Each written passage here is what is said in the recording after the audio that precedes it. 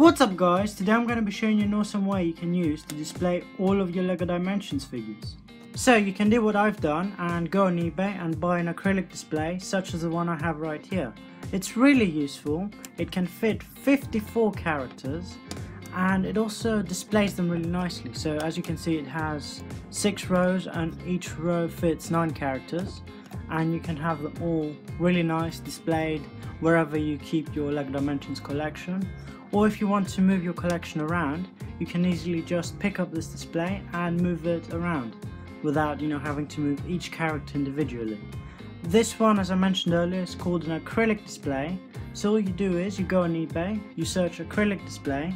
It costs £10 to £15. Once you find the one you like, and be careful, the thumbnail picture will not have LEGO figures on it. It will actually have cosmetic stuff such as lipstick and nail polish and stuff like that. So you will click on that one and then you will make sure that the acrylic display you're about to buy has the correct dimensions. You can do that by just measuring the size of the base plate of the figure. And the one I bought has the slightly bigger dimensions than the base plate of the figure, and therefore it can fit all of them just about perfectly without it being a tight squeeze. So really useful, but remember, it's really important that you buy the correct dimensions so you can actually fit the characters in. Also, another thing that I'd like to mention is that if you have every single LEGO Dimensions character so far, that's not a problem. As you can see, you can fit all of them almost, with just a few spare on the bottom, which actually look nice. You can leave them displayed underneath the display and it doesn't look out of place or weird.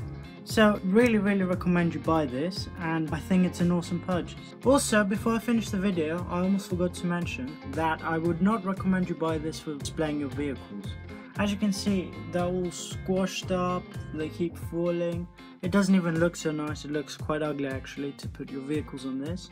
So I would definitely not recommend it.